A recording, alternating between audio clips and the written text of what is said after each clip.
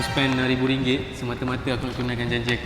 Sebelum result keluar, waktu kita orang tengah final, waktu kita orang tengah study, kalau ada dekan aku nak belanja dia iPad tau. Cibai betul-betul dekan, dia kata susah tak. Dua iPad habis aku beli. I'm a man of my word juga. Dekat. Aku nak cakap result aku macam mana. Bah tak layak untuk dicakap.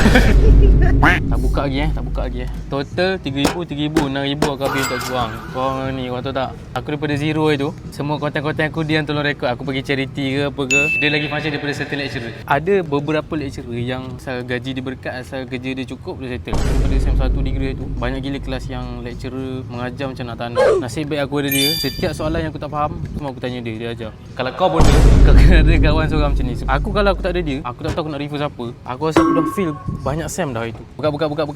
Dah lah plastik KK. Ni first Apple device aku. Perantai siswa aku pernah ada tak? Dia reject. Dia reject. Dah ambil. Kau deserve lah iPad ni sebab kau dah belajar elok-elok kan.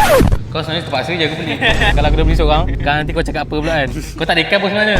Dia result lebih kurang aku yang kata dia tak dekan pun sebenarnya. Kau tipu lah, kau kata duduk dengan aku hari-hari housemate aku tapi aku tak ajar ke apa. Kalau kau tengok kat H1, dia ada strong resistance.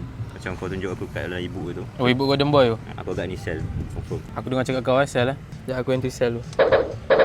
Weh, Junam bodoh Zin, 170 pip, 1,200 USD. Dah settle, tak ada settle sangat. Ni total ni RM6,000. Ni profit ada 8,800. Kau bagi saya tak ikut ibu. Ibu tu kau tekan link kat bio kau. Fashion serius. Kau belajar bersungguh-sungguh. Jangan banyak tengok video Jepun sekarang. PUBG boleh PUBG. PUBG boleh. Video yang putih tak apa. Tikus boleh tikus.